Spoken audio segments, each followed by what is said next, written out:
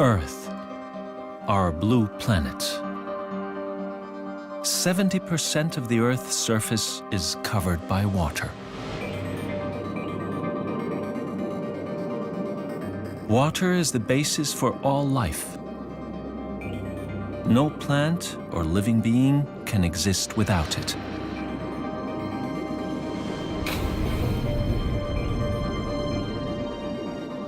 All over the world, clean water is a symbol for life and health. However, there is a growing threat to our precious water, a creeping, invisible threat. Våra vattendrag innehåller idag tusentals olika kemiska ämnen och det är bara ett fåtal av dem som är reglerade. And some of these aren't toxic at all, but quite a few are harmful to wildlife.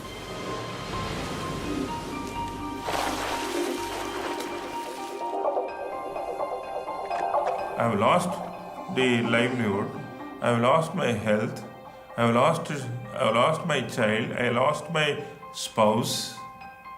Then what is that?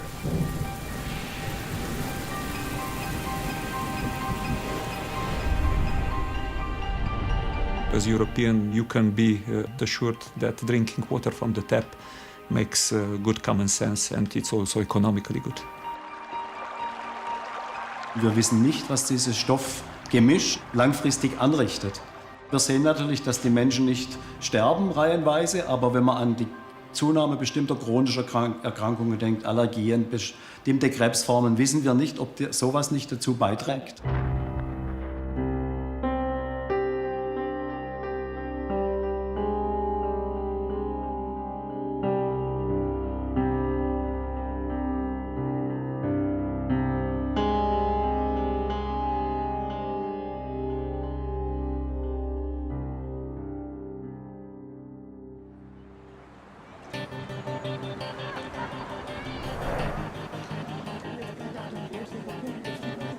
In the developed world, experts assure us that our water is safe. The average person doesn't think twice about drinking a glass of water from the tap. Yet, there is a creeping risk to our clean water. The amount of chemicals we use in our everyday modern life is increasing exponentially. The residue of these substances end up in our oceans, rivers, and water systems. For example, medicines we carelessly dispose of at home. Our bodies are unable to break up many of the chemicals we ingest, so they end up in our water systems in their pure form. For antibiotics, up to 70% are washed into our waste system. For the Tamiflu drug, it is up to 90%. For the anti-diabetic metformin, it is up to 100%. Pesticides used in mass agriculture also leach into our ground and drinking water. Chemicals used in our cleaning detergent, cosmetics, and textiles all end up in our sewage systems. On top of this come the wastewaters of the chemical and pharmaceutical industries.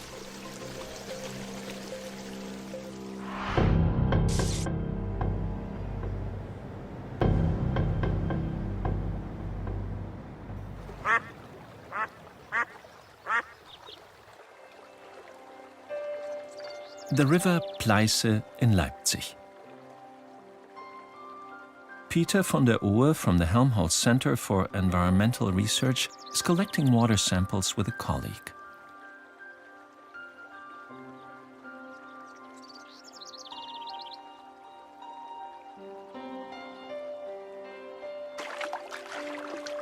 The water regulations in Europe are the strictest in the world.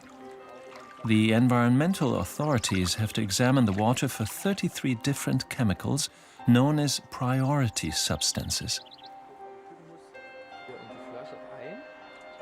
These count as some of the cleanest waterways in the world. On such a routine examination, the tested chemicals are rarely over the set limit value. But for the environmental scientist, it's not that simple. Im Prinzip ist es ein guter Ansatz, dass man 33 Stoffe überall europaweit misst, aber das reicht natürlich nicht. Wir haben in Europa 30.000 Stoffe, die im industriellen Maßstab produziert und angewendet werden, und die könnten alle irgendwann in der Umwelt landen. The Helmholtz Center for Environmental Research. Peter has gathered his own measurements. Along with the data from other environmental agencies, he's taking a closer look at what other chemical components are present in the water. Also hier sehen wir jetzt die Probe aus der Saale. His findings are cause for concern. Naja, wir haben wieder die üblichen Verdächtigen gefunden, die Carbamazepin, Diclofenac und dann noch ein paar andere Pharmazeutika, aber auch Pestizide haben wir natürlich gefunden. Ja, ein paar Industriechemikalien. The researchers have proven that there are over 200 different chemicals present in the water. And these are only the chemicals that can be tested for. In reality, there are probably thousands more. Wenn wir da in so eine Probe reinschauen, kennen wir in der Regel so 50 Stoffe von denen. Aber da sind über 1000 Massen, die wir gesehen haben. Und die alle anderen, die kennen wir halt eben nicht. Und für die ist auch das Risiko in der Regel nicht bekannt. On top of that, von der Ohe believes that even for the 33 chemicals that are monitored, the set limit values are not high enough. Mal gucken, die sind ja... Heute unsere Buttertiere aussehen und die kleinen. The limit values are determined in the laboratory by using test animals, such as the water flea. The animals are exposed to certain chemicals. The effect of these chemicals are then analyzed and used to determine the limit value of the substance. However, in nature, things are usually more complicated than in a test tube. Das Problem ist, dass in der Regel diese Tests nur für 2 Tage durchgeführt werden. Im Freiland kann es aber sein, dass diese Tiere über Monate diesen Konzentrationen ausgesetzt sind. Und das sind natürlich viel gravierende Effekte, die man mit so einem Kurzzeittest gar nicht nachweisen kann. Das andere ist, dass diese Tiere im Labor auch immer nur alleine getestet werden, im Freiland ja aber in Gemeinschaften auftreten, wo der eine den anderen frisst. Und dann kann es so sein, wenn ein Tier ein bisschen geschwächt wird durch diese Chemikalien, das andere dadurch einen Vorteil hat und ihn dann leichter fressen kann. Und dadurch kriegt man auch eine Verschiebung, die man so natürlich nicht haben möchte. This is why von der Ohe and many other scientists believe there should be more complex thresholds for the limit values. However, this would have far-reaching consequences for Europe's clean waters. Half would fall far below the recommended limit value, and only 15% would be classified as officially clean. Aus meiner Sicht wäre es wünschenswert, dass neben den 33 Stoffen, die jetzt europaweit gemessen werden, noch mindestens 73 weitere Stoffe analysiert werden. Die sind bei uns in einer Analyse als besonders besorgniserregend herausgekommen. Und man kann eigentlich nur eine richtige Einschätzung des Zustandes für Europa machen, wenn diese Stoffe mitgemessen werden. Und zwar nicht nur in einzelnen Ländern, wie zum Beispiel jetzt in Sachsen, wo mehr gemessen wird als woanders, sondern eben europaweit.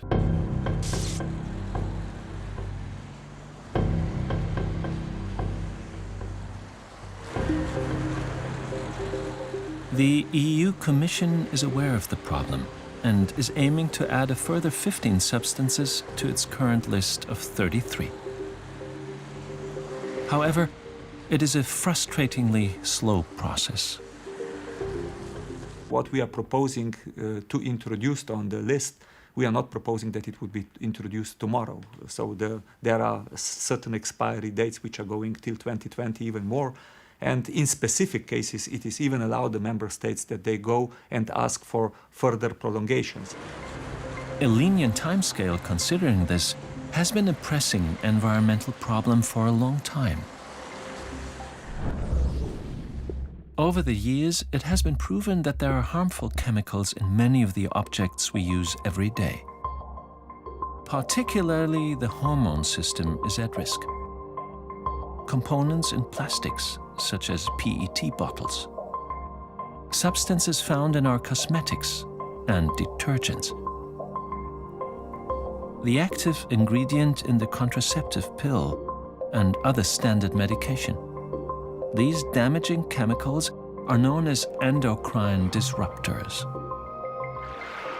Endocrine disruptors are particularly harmful because their molecular structure is similar to the hormone structure in animals and humans.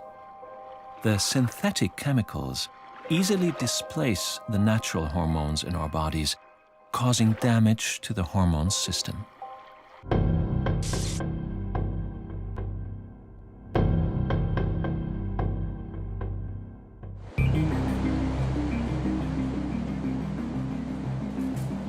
All over the world, scientists are researching the damage caused by these endocrine disruptors. One of the leading experts in this field is Charles Tyler from the University of Exeter. Jan, let's work once together here, look. The environmental biologist is studying the water quality of 50 rivers in the UK. He has identified endocrine disruptors in almost all of his water samples. There are about 20,000 chemicals that get discharged into our rivers and streams. And some of these aren't toxic at all, but quite a few are harmful to wildlife. And the chemicals are very, very different and wide-ranging in their nature. They include things like estrogens from the contraceptive pill, so synthetic estrogens. They can include things like PCBs and dioxins too. And they also include a whole series of industrial chemicals that we use in part of our everyday lives. Tyler is mainly interested in chemicals that affect the production of the female hormone estrogen. The most common ones are EE2, the active ingredient in the contraceptive pill, and bisphenol A, an important component in most plastics. When animals are exposed to these chemicals, a process of feminization occurs. Here's an example of an ovary, a female with normal developing eggs within the female at different stages of development. And a male testis, so a normal male testis, looks very different to a female ovary, where we see these different cells which are developing sex cells for sperm. Here's a mature sperm.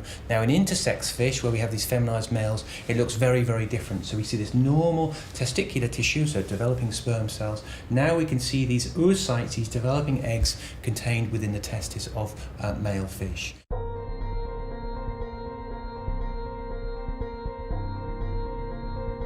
These effects are also being documented in humans. Over the past decades, there has been a significant decline in male fertility. The exact causes have not yet been determined, but many scientists believe that the blame lies with our increased exposure to endocrine disruptors.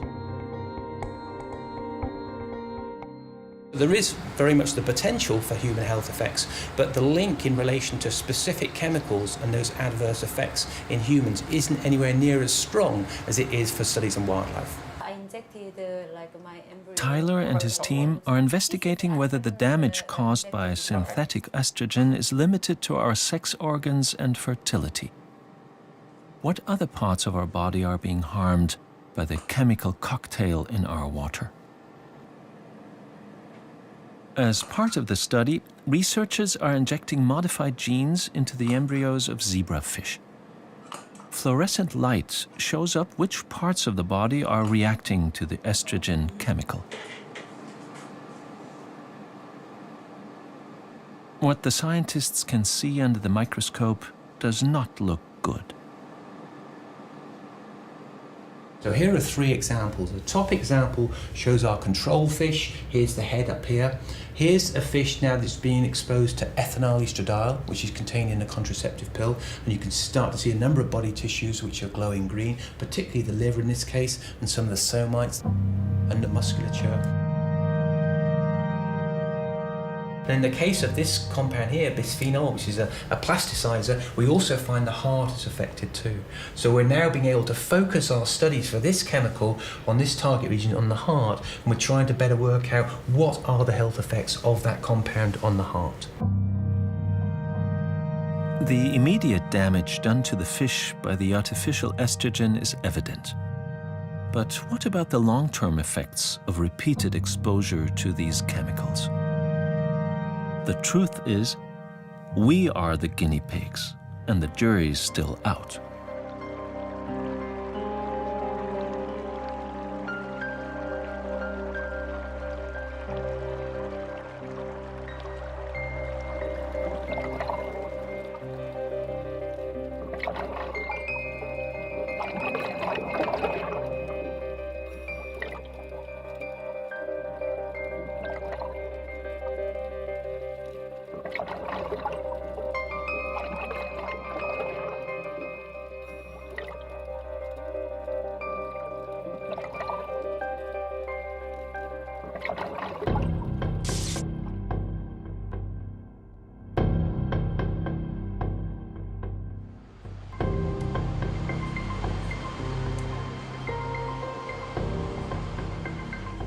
Estrogen is not the only hormone that can be affected.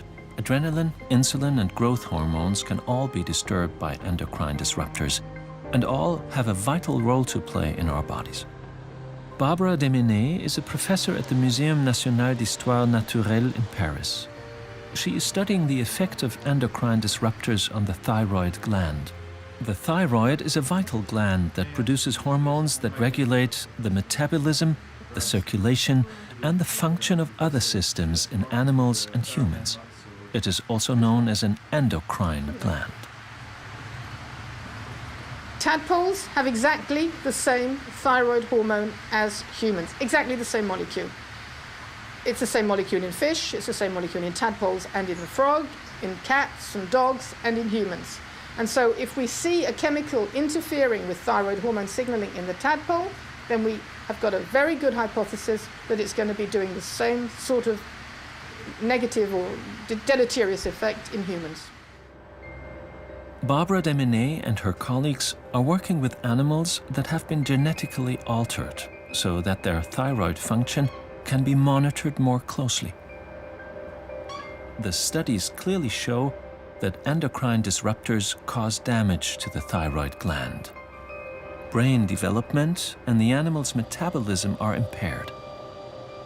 Deminet is convinced these harmful effects can also be seen in humans. There are many scientists out there who have seen that there's been a big increase in autism spectrum disorders and attention deficit disorders. We know that there's a genetic component, but given the large increase and the fact that the human genome hasn't changed in this time, there has to be an environmental component. The other health consequence could be on energy balance and a tendency to become fatter, obesity, because endocrine disruption can be affecting fat stores and how fat cells develop in the rest of the body.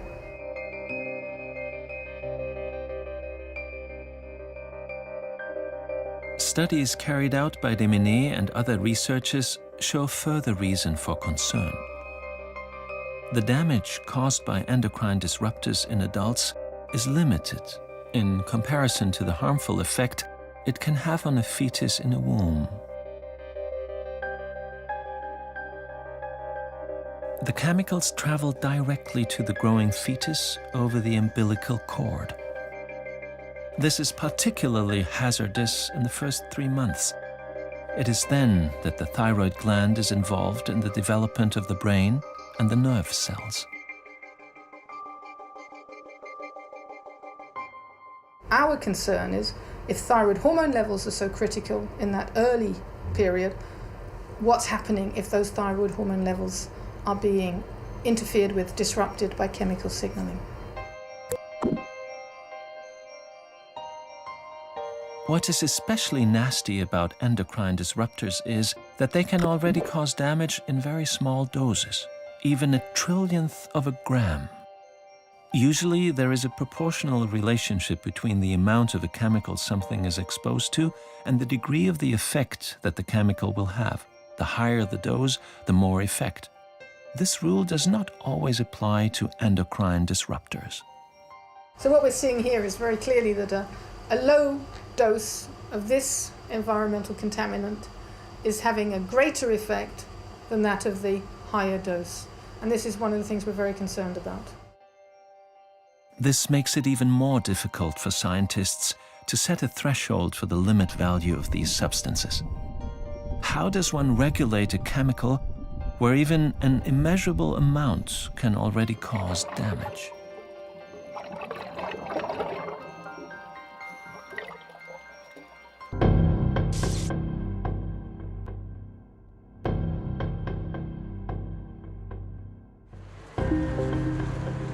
The EU Commission intends to keep a closer eye on a larger amount of substances in our water systems.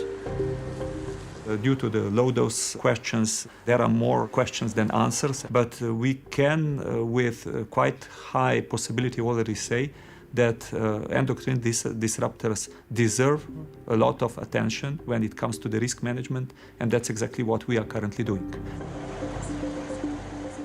An opaque guarantee for some, but almost too much involvement for others. The two substances which are in the proposed list of priority substances are but one small fraction of the total hormone burden which the environment receives through sewage outfalls. And we do not believe that those two particular compounds pose in themselves any specific risk to the environment or to human health.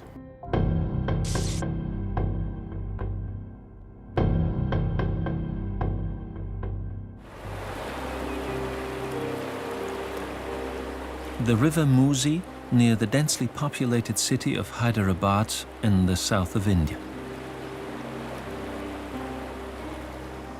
Anil Dayakar works for the environmental agency Gamana. An acrid, biting stench hangs in the air.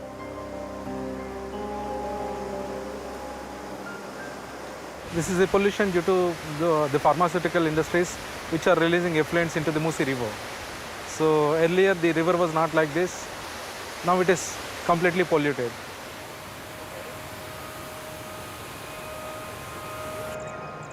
There are around 90 Indian companies that produce pharmaceutical chemicals here. They are commissioned by the large pharma industries from the USA and Europe. Not only is production cheaper in India, but the officials are known to turn a blind eye to environmental restrictions.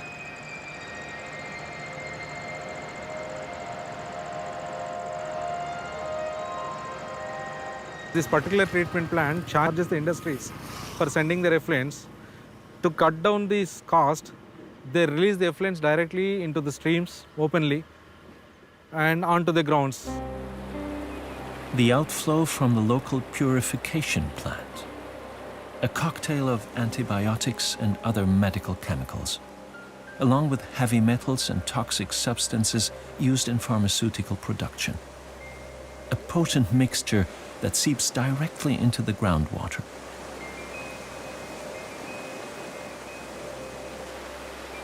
Dayakar takes several samples from the pungent mess.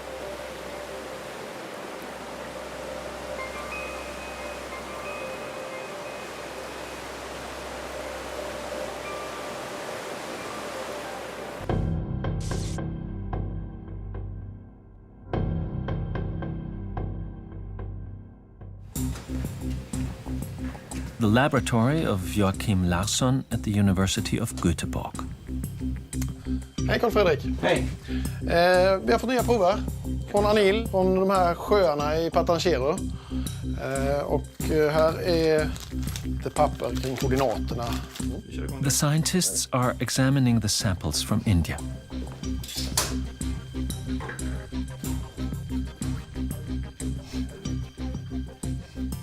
Det är fruktansvärt. Ja, det känner jag igen, den lukten. Precis så det luktade förra gången också. Det är kemiska produkter. It was several years ago that Larsson first traveled to India to examine the wastewaters of the pharmaceutical companies based there. Back in Sweden, he tested the chemical makeup of the water and soil he had collected by the outflow of the purification plant. The results were shocking.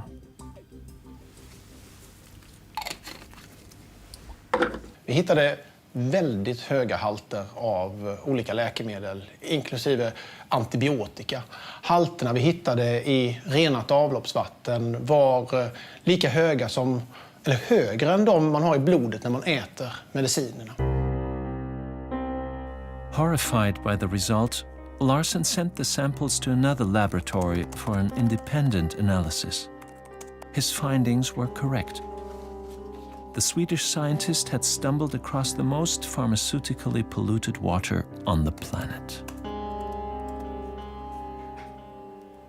Det kan jämföras med halter vi hittar till exempel i europeiska reningsverk. Där hittar vi oftast nanogram per liter. Det är alltså en skillnad på uppemot 1 miljon gånger högre halter här vid produktionsanläggningar.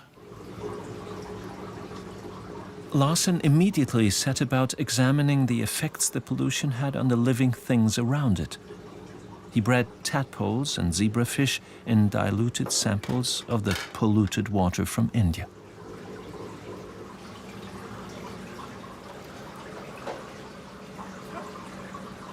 På fisk så såg vi att vid någon procents inblandning av avloppsvatten i rent vatten så blir vattnet väldigt giftigt och antingen så utvecklas de inte normalt eller så dör de till slut. På grodor så växte grodynglerna mycket saktare. The effects of the pollution are evident. The top tadpole was raised in clean water. The tadpole in the middle photo was raised in the dirty water, diluted by a factor of 500. The bottom photo shows a tadpole that was raised in the dirty water, diluted by a factor of 150. Despite the low concentration of the polluted water, the animals did not even grow to half the size of the tadpole in the clear water. In a sample consisting of only 10% of the dirty water, zebrafish embryos lost their coloring and mobility.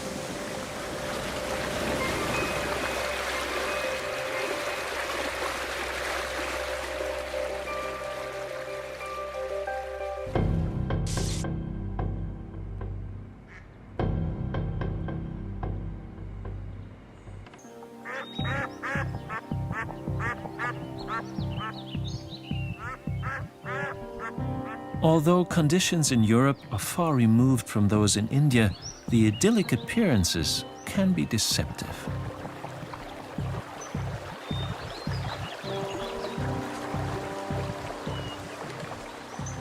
The river Schussen, a tributary of the picturesque Bodensee in Germany. Rita Triebskorn works for the University of Tübingen. She is investigating how different chemicals react with each other when they are inadvertently put together. The professor is monitoring the reaction between the different chemicals that come together in our wastewater.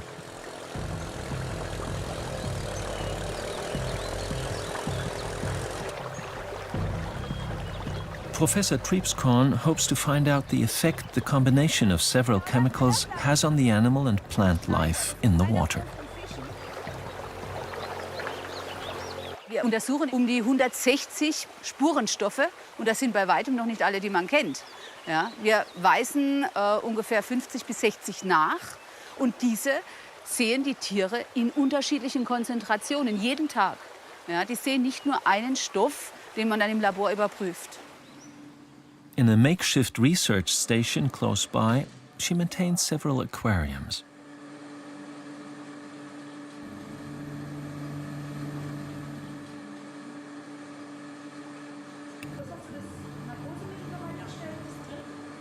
Here she can monitor the development of the fish under controlled conditions. This one, the biologist wants to take back to the laboratory in Tübingen and examine more closely. At first glance, the fish looks healthy. To assess any damage to its growth or development, the microscope is needed. Once compared to her control group, the findings raise concern. The fish from the river shows noticeably less growth and slower development. It becomes clear that even at low doses, the combination of different chemicals can cause damage. Wir finden vor allem eine Beeinflussung der Entwicklungsgeschwindigkeit. Die Tiere, die exponiert sind, entwickeln sich langsamer. Einhergehend damit schlägt auch das Herz oft langsamer, also der Herzschlag ist reduziert. Und dann finden wir häufig auch solche Einlagerungen von Flüssigkeit in die Gewebe, Ödeme, wie wir das nennen, oder aber auch richtige Deformationen, wie Sie es hier zum Beispiel sehen im Bereich der Augen, dass die Augen fehlgebildet sind. Es ist so, dass in vielen Fällen dann die Tiere tatsächlich auch sterben oder sich entwickeln und dann eben auch nicht so lange überleben. The result should be surprising. Chemical traces found in the water are supposed to be under the official limit value. In fact, some chemicals were barely detectable in the water. Treepscorn is convinced that it is the combination of the different chemicals that is causing the damage to the organs of the fish. Es ist so, dass eigentlich so ein Cocktail geprüft werden müsste. Nur das ist natürlich in der Zulassung von der Chemikalie so gut wie nicht machbar.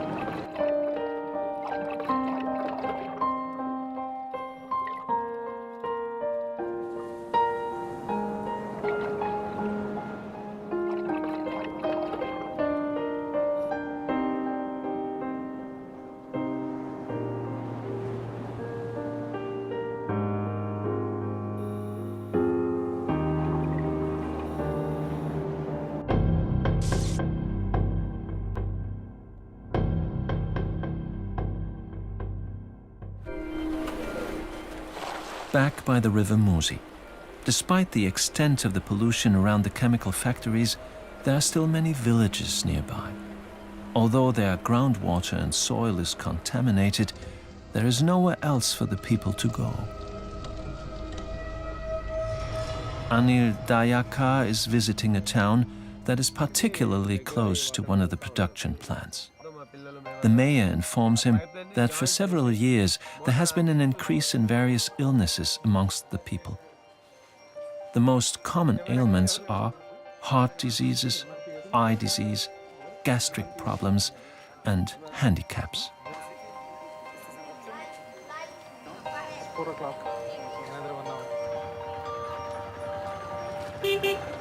Dayaka is taken to see some patients, amongst them a woman and her 10-year-old son.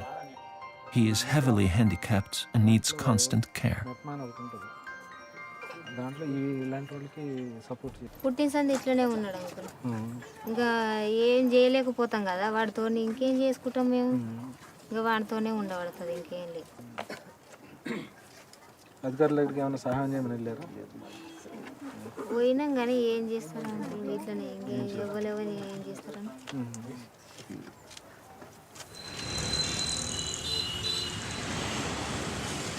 It has not been proven that these diseases are a direct result of the highly polluted water. The hygiene conditions here are generally bad and the level of poverty is high. But the local doctor points out that the rapid increase of these diseases is certainly unusual.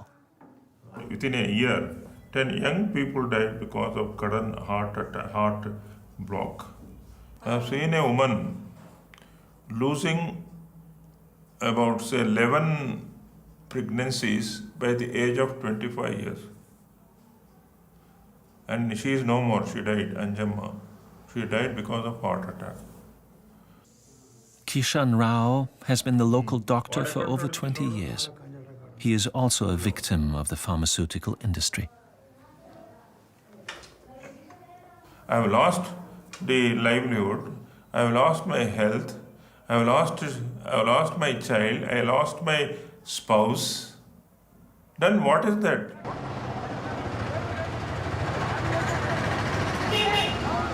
In front of the regional environmental agency, locals have gathered to show their anger at the pollution levels of their water. Down, down! Down, down! Down, down! PDP! Down, down! PDP! Down, down! PDP! Down, down! This is water from where tap water, totally water has been polluted. This type of water here local people is drinking. By drinking this water they are causing of cancer, TB, this type of... we are living in chemical area. We are demanding the state government, the central government. We have to live. We have justice to live. But no one steps forward to confront the demonstrators, and their grievances go unheard. Who else can the people turn to? Where does the blame ultimately lie for the dirty water in their village? Those producing the chemicals? The Western pharmaceutical industries refuse to name their Indian suppliers. That's not good enough for Dayakar. He has arranged to meet Thomas Nilsson, a Swede that supports Dayakar's work and has taken a closer look at the online presence of the Indian chemical suppliers. Having some production in the... If you go to the Indian companies, they are very proud of telling they are having famous European US partner companies. For example, Merck is a German company. The conclusion is that most drugs used in Europe and the worldwide are produced actually in India. Should responsibility lie with those commissioning the production of the chemicals? The European Pharmaceutical Association doesn't think so.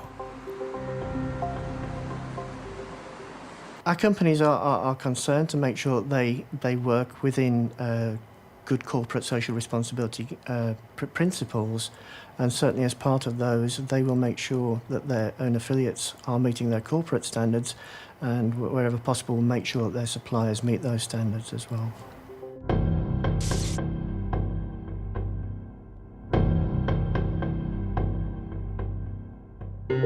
At the Göteborg University, Joachim Larsson is following up another problem created by the extreme pollution of the pharma industry, the increase of so-called superbugs that are becoming resistant to antibiotics.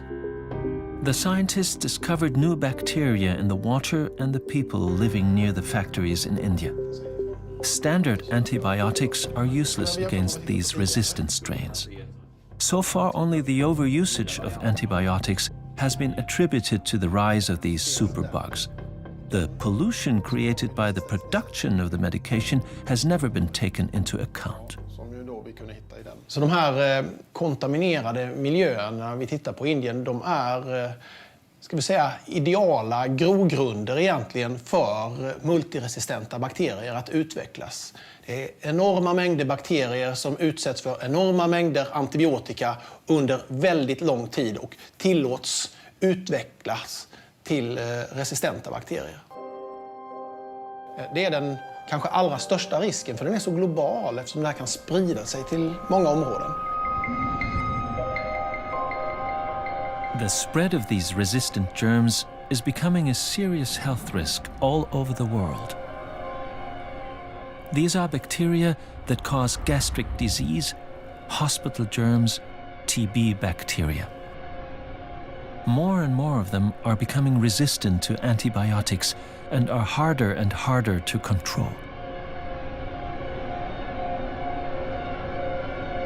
A recent example is the NDM1 gene. It came from India. NDM1 står för New Delhi metallobetalaktamas 1. Och det är en gen man hittade i en bakterie för ett par år sedan i en patient i New Delhi. Nu så finns den ett par år senare över i stort sett hela jorden i många olika bakterier. Such as the bacteria that cause cholera and diarrhea. It has led to around 100 deaths. How many people are infected with it is impossible to find out.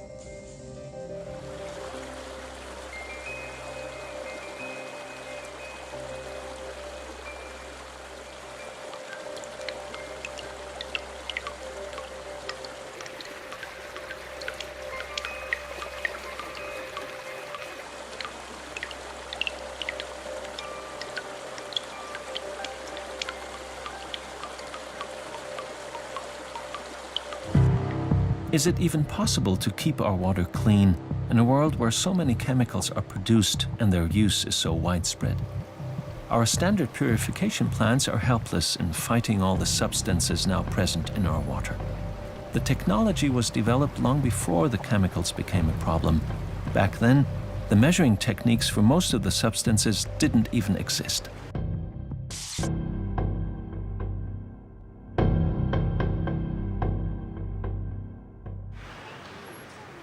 The Marien Hospital in Gelsenkirchen, Germany. Every day, just as in all hospitals around the world, a great amount of chemicals are dispensed.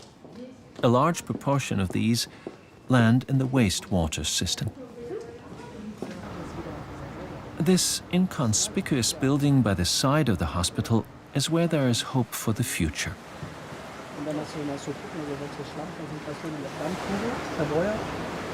It is here that the most modern purification systems in Germany are being built.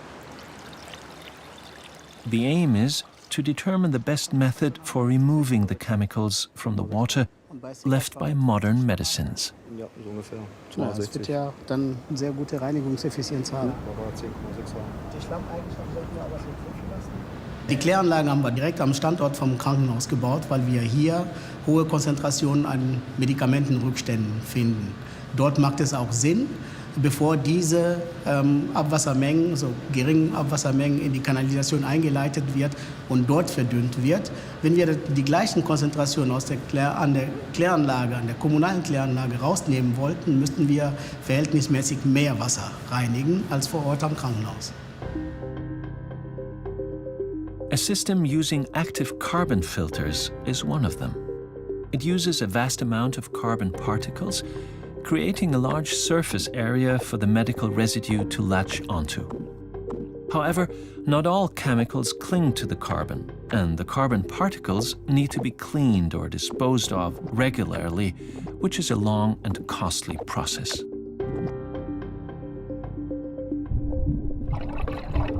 A different method is ozonization. Here, ozone is fed into the dirty water. The gas reacts with the polluting trace elements and turns the chemicals into different substances. Yet, in some cases, one chemical compound can be turned into 30 different ones, some of which are even more harmful than the initial component.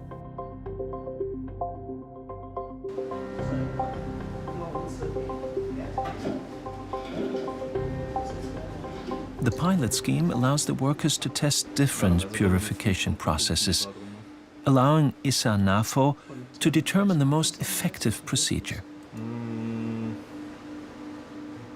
A catch-all solution has yet to be found. Welche Ozondosen fahren Sie gerade? Wir können nicht komplett diesen Stoff zurückhalten. Es gibt beispielsweise Wirkstoffe wie Röntgenkontrastmittel. Sogar wenn wir so die Verfahren also hintereinander einschalten, also nach Ozon, Aktivkohle, wir nicht mehr als 60% von Röntgenkontrastmittel eliminieren können.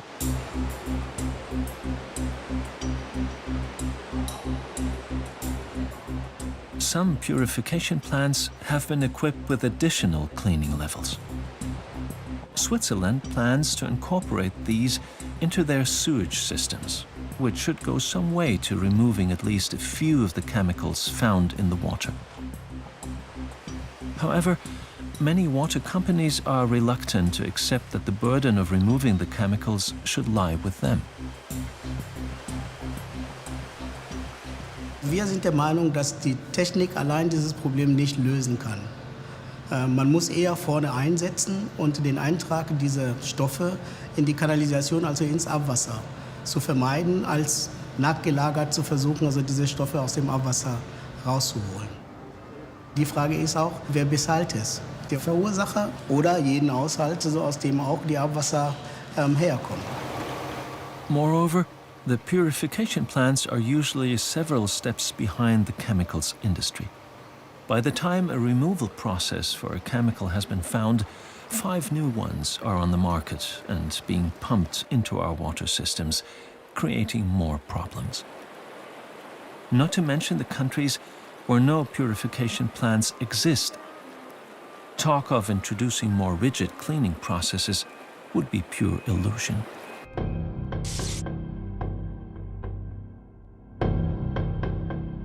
A solution to removing the chemicals from our water with expensive, imperfect processes would be not to pollute the water in the first place. At least, this is what Klaus Kümmerer believes, professor for environmental chemistry at the University of Lüneburg. Es geht darum, dass wir wirklich nachhaltige Chemikalien entlang des gesamten Lebenslaufs bekommen und insbesondere eben auch am Ende ihres Lebenslaufs, am Ende der Nutzungsphase. So the purification plants would be capable of removing the chemicals completely. Kümmerer and his team are developing such compounds with the help of the newest computer technology available. Wir können uns auf dem Papier Moleküle ausdenken und dann schon mal, ohne dass wir den Stoff herstellen müssen, was ja teuer ist, aufwendig, gucken, was hat er für Eigenschaften. Wo geht die Reise denn hin? Zum Beispiel haben wir hier einen Teil des Moleküls, da dürfen wir gar nichts ändern, sonst wirkt es nicht mehr. Hier haben wir einen Teil des Moleküls, da können wir Dinge ändern, was Wasserlöslichkeit anbelangt, die ja dann auch, das Molekül muss wasserlöslich sein, damit es überhaupt in Kläranlage abbaubar ist. This theory has already been proven in practice. Kümmerer and his team engineered a substance that is active against cancer cells and is broken down by the body much more effectively than previous medicines. It can also be removed from wastewater by our standard purification plants. The team now plans to extend their work from the medical realm to raw materials used in the production of textiles.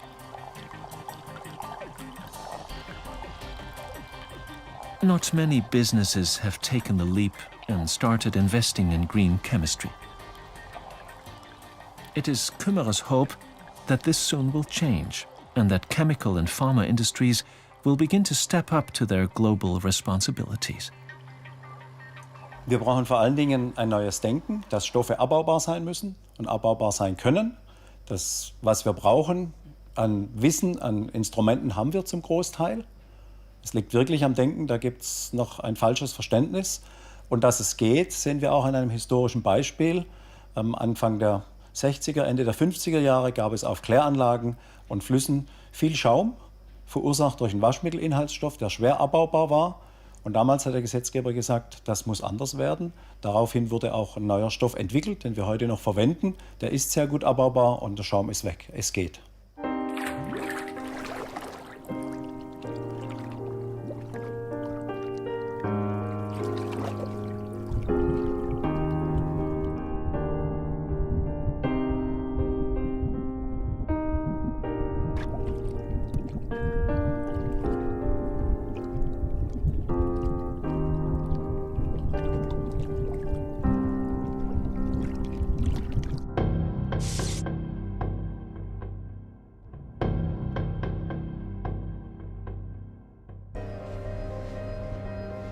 In Göteborg, Joachim Larsson has a meeting with Johan Flarup in a local hospital.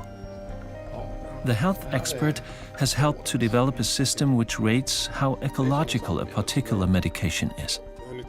This information makes it possible for hospitals in Sweden to purchase the drugs that cause least environmental damage whenever possible. An exemplary success for institutions trying to reduce their chemical output into our water systems. However, it's not quite that simple.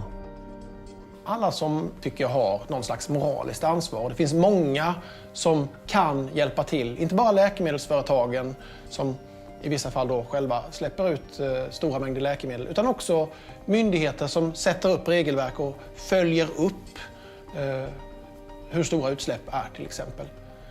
Jag tycker också att vi själva, vi konsumenter, ska ställa krav på till exempel transparens. Att det ska vara tillgängligt för var och en att få reda på vem och var tillverkas våra mediciner. Clearly one would like to see more responsibility on the part of the chemical industry. I mean, as I often say in discussions and debates, they have children too. So you have equal responsibility, like us, what we are doing here. If we can do the similar activity there, definitely, the situation will definitely change here.